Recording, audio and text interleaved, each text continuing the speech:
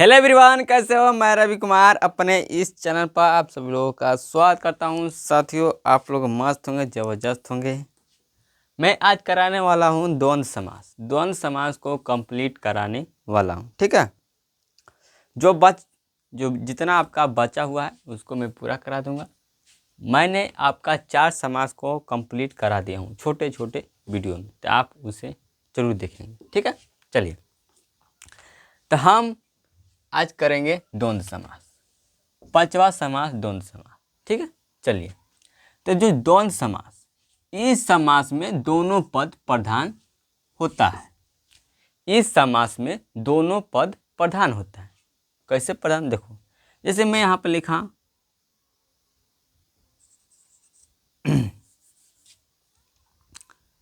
लिखा राजा रानी। ठीक है, राजा रानी, तो ये आपका पहला पद हुआ।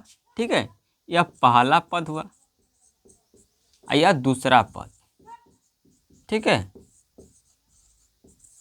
यह पहला पद या दूसरा पद। तो इसमें क्या होता है, इस द्वंद्व समास में दोनों पद प्रधान होता है। ठीक है, इस समास में प्रायः संज्ञा शब्द होते हैं। संज्ञा मतलब किसी का नाम होते हैं। समझे, यह जो राजा है यह क्या है, किसी का नाम है। रानी क्या है, नाम है। ठीक है, जो क्या है, एक संज्ञा है। क्या है, एक संज्ञा है। क्या, एक संज्ञा है। ठीक है, संज्ञा। तो वही लिखा है दूसरा लाइन में कि इस समास में प्रायः संज्ञा पद होते हैं। Clear clear. चलिए, अगला लिखा लाइन कि इस समास के दोनों पदों के बीच योजक चिन्ह होता है। योजक चिन्ह का है तो इस तरह से। ठीक है, इस तरह से योजक चिन्ह हो भी सकता है और नहीं भी हो सकता है। जो आपको चिन्ह दिया है यहाँ पर हो भी सकता है, आपको यहाँ पर नहीं भी हो सकता है। ठीक है, योजक चिन्ह। तो इस समास के दोनों पदों के बीच योजक चिन्ह हो भी सकता है और नहीं भी हो सकता है। इस समास के पद प्रायः एक दूसरे के विपरीतार्थ, जो कहते हैं विपरीतार्थक होते हैं। मतलब एक दूसरे क्या होते हैं, उल्टा होते हैं। ठीक है, क्या होते हैं, उल्टा होते हैं, विपरीत होते हैं, विपरीतार्थक। इसे होता है आपका विलोम कह सकते हो। क्या कह सकते हो, विलोम, एक के उल्टा। ठीक है, विलोम। अब हम बात करेंगे कि द्वंद्व समास के भेद। तो द्वंद्व समास के कितने भेद होते हैं आपके, द्वंद्व समास के आपका यहाँ पे याद रखेंगे 2 ही होते हैं। कितने होते हैं, 2 होते हैं, नहीं जी। जो आपके यहाँ पर द्वंद्व समास के भेद कितने होते हैं, 3 होते हैं। कितने होते हैं, 3। कितने होते हैं, 3। कितने होते हैं, 3। आपका पहला है इतरेतर द्वंद्व समास, इतरेतर द्वंद्व समास। दूसरा आपका है वैकल्पिक, जो आपका है वैकल्पिक द्वंद्व समास। ठीक है, तीसरा आपका है समाहार द्वंद्व समास। ठीक है, चलिए। इतरेतर जो द्वंद्व समास है, इसे हम क्या कहते हैं समझिए। इसमें विग्रह करने पर जो पद है और अथवा एवं से क्या होता है, शब्द प्रकट होते हैं। जैसे मैं यहाँ पर लिखा हूँ राम लक्ष्मण। तो जो आपके राम लक्ष्मण हैं, अगर मैं इसका विग्रह करूँगा तो क्या बनेगा, राम और लक्ष्मण। तो यह जो और है, अगर जो इतरेतर द्वंद्व समास है, अगर मैं उसे विग्रह करूँगा तो क्या बनेगा, और लगेगा या तो एवं लगेगा बीच में। ठीक है, इतनी बात समझ में आ चुका होगा आपको। तो राम लक्ष्मण, तो राम और लक्ष्मण, ये और क्या है आपका, ये और हो जाएगा आपका इतरेतर द्वंद्व समास हो जाएगा। Clear clear. उसी तरह आपका है माता और पिता। माता और पिता में देखेंगे तो माता विग्रह करेंगे तो माता और पिता, जो और है या क्या हो जाएगा आपका इतरेतर द्वंद्व समास। ठीक है, इसी तरह आपका है राजा रानी, तो क्या हो जाएगा, विग्रह करेंगे तो राजा और रानी। ठीक है, उसी तरह आपका है भाई और बहन, तो भाई और बहन क्या हो जाएगा, विग्रह करेंगे। क्लियर, इतनी बात आपको समझ में आ चुका हो। चलिए, यहाँ पर दूसरा है वैकल्पिक द्वंद्व समास। वैकल्पिक जो आपका द्वंद्व समास है, यह कैसे पहचानेंगे समझिए कि इसमें विग्रह करने पर या अथवा शब्द प्रकट होते हैं।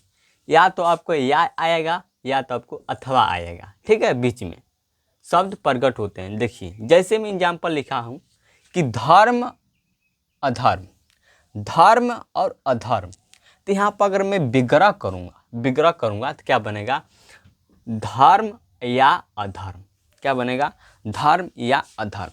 तो यहाँ पर देखेंगे या क्या है, ये आपका वैकल्पिक द्वंद्व समास है, क्लियर। इसी तरह आपका है पाप और पुण्य, जो आपका पाप और पुण्य है इसे मैं विग्रह करूँगा तो आपका क्या बनेगा, पाप या पुण्य बनेगा। तो जो या है ये आपका क्या हो जाएगा, वैकल्पिक द्वंद्व समास हो जाएगा। चलिए आपका है समाहार जो द्वंद्व समास है, ठीक है, समाहार द्वंद्व समास है, इसे हम कैसे पहचानेंगे, समझिए। इस समास का विग्रह करने पर और जो आपका है और शब्द प्रकट होते हैं।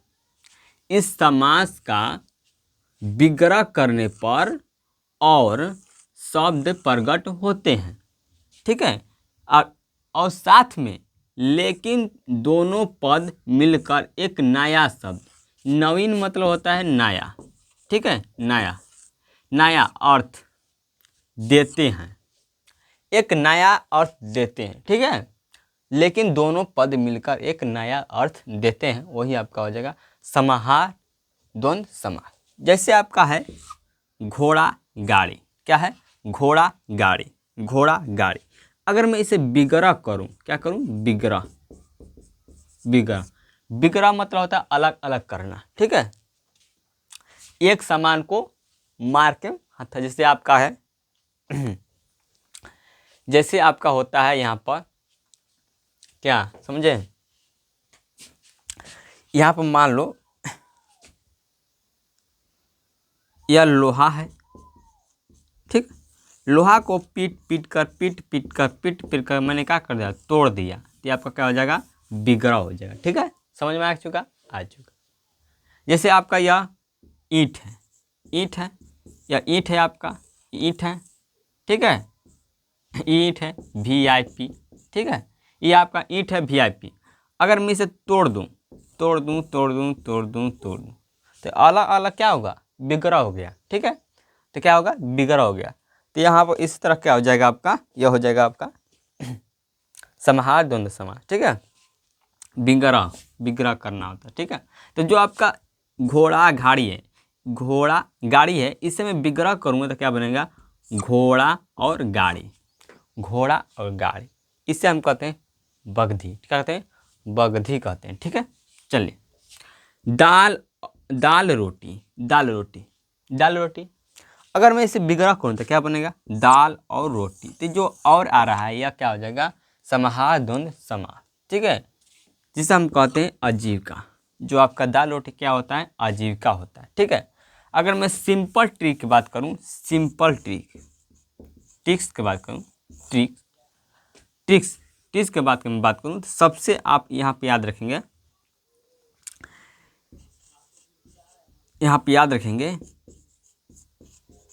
जिस समास में ये आपका चिन्ह आ जाए, जिसे ऐसे हम क्या कहते हैं, योजक चिन्ह, क्या होते हैं, योजक चिन्ह, संयोजक चिन्ह होता है आपका, यहाँ पर संयोजक होना चाहिए, योजक चिन्ह है, क्या है, संयोजक चिन्ह होना चाहिए, ठीक है। कहाँ है आपका देश में, इसे दिया है ना, यहाँ पर संयोजक चिन्ह, ठीक है, संयोजक चिन्ह रहे तो क्या हो जाएगा आपका, यहाँ पर क्या हो जाएगा आपका द्वंद्व समास। जिस समास में संयोजक चिन्ह रहता है द्वंद्व समास होता है, ठीक है, द्वंद्व समास होता है। सिंपल भाषा, सिंपल ट्रिक, जिसमें आपको चिन्ह या दिखाई दे वो आपका हो जाएगा द्वंद्व समास। जैसे आप कहेंगे यहाँ पर लोटा, यहाँ पर आप कहेंगे लोटा डोरी, तो लोटा डोरी क्या है आपके, ये हो जाएंगे लोटा डोरी आपके हो जाएंगे क्या, द्वंद्व समास समझेगा, ठीक है। लोटा डोरी क्या हो जाएगा आपका द्वंद्व। तो अच्छा लगा तो चैनल को सब्सक्राइब करें, लाइक करें, शेयर करें। और अगला आपका है समास, बहुव्रीहि समास, जो आपको कल पढ़ाऊंगा। मिलते हैं अगले वीडियो में। जय हिंद, जय भारत।